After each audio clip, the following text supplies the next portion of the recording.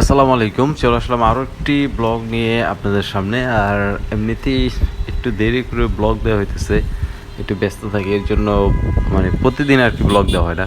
তো আজকে আরও একটি সুন্দর ব্লগ নিয়ে আপনাদের সামনে উপস্থিত হলাম। সুন্দর একটা দিন।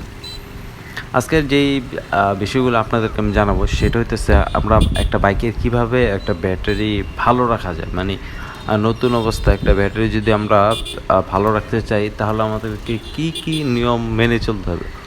তো যেটা সবসময় আমি বলি, মানে সবসময় না, যেটা আমি প্রথমেই বলতে চাইতেছি, আপনারা যখন একটা নতুন বাইক কিনেন যদি কিক থাকে, কিকে স্টার্ট দেওয়া ভালো।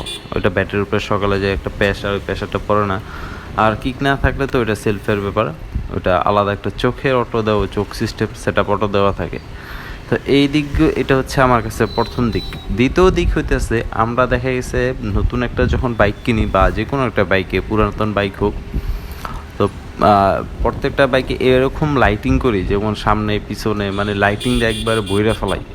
তো সেই ক্ষেত্রে হইতেছে কি, ওই জিনিসটা কিন্তু ইঞ্জিন থেকে কানেকশন পাইতেছে না, হইতেছে ব্যাটারি থেকে, যার কারণে ব্যাটারির উপরে প্রেশারটা পড়ে। যখনই একটা আপনি বাইক অন করবেন দেখবেন সবগুলো লাইট জ্বলে উঠছে।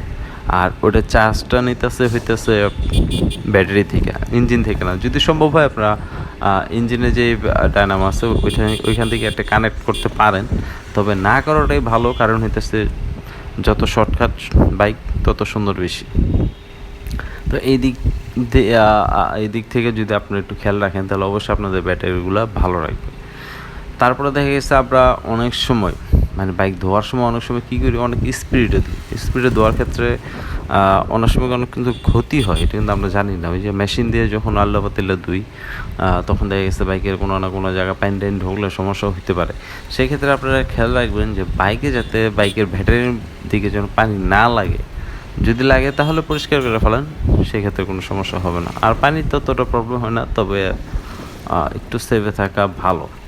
৩ নম্বর দিক যেটা বলতে চাইছি, ৩ বা ৪ নম্বর দিক, আপনারা প্রতি মাসে মানে বাইকের ব্যাটারিটা চেক দিবেন। যেহেতু এটা চার্জের জিনিস, প্রত্যেক মাসে চেক দিলে হয় কি ব্যাপারটা, যে বাইকের চার্জ ঠিক আছে কিনা, মানে চার্জের লেভেলটা ঠিক আছে কিনা, এটা প্রতি মাসে চলে চেক দিতেও পারেন, নাও দিতে পারেন, তবে দেওয়াটা আমার মনে হয় অনেকটা ভালো। কারণ এটা আপনার একটা ভালো আইডিয়া থাকলেও যে আপনার ব্যাটারিটা কতটুকু চার্জ আছে। আমরা অনেকে দেখা গেছে বাইকের, মানে এখন বর্তমানে এলইডি লাইট ইউজ করি, খুব পাওয়ারফুল এলইডি লাইটগুলো ইউজ করি, যেগুলো কিন্তু আপনার ওই ব্যাটারি থেকে কিন্তু পাওয়ারটা নেয়।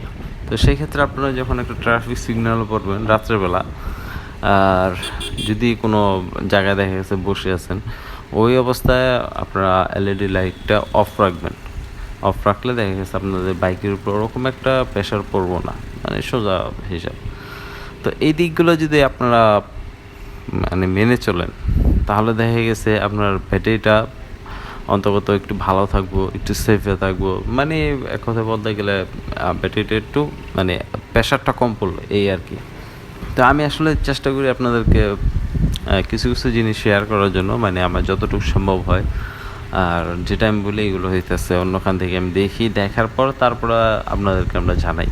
আর যারা বাইকার আছেন হয়তো আমার থেকে ভালো অভিজ্ঞতা আছে তাদের, কারণ তারা আরও ভালো অভিজ্ঞতা জানে তাদের ক্ষেত্রে কিভাবে বাইক ভালো রাখতে হয়। আমার থেকে আরও ভালো ভালো ব্লগার আছে, ভালো ভালো মিস্ত্রি আছে। তো আশা করি এই ব্লগগুলো আপনাদের ভালো লাগবে, আর যদি ভালো লাগে চ্যানেলটা সাবস্ক্রাইব করতে পারেন। বিদায় নিচ্ছি এখান থেকেই। আল্লাহ হাফেজ। দেখা হচ্ছে পরবর্তী যে কোনো ব্লগ নিয়ে আপনাদের সামনে।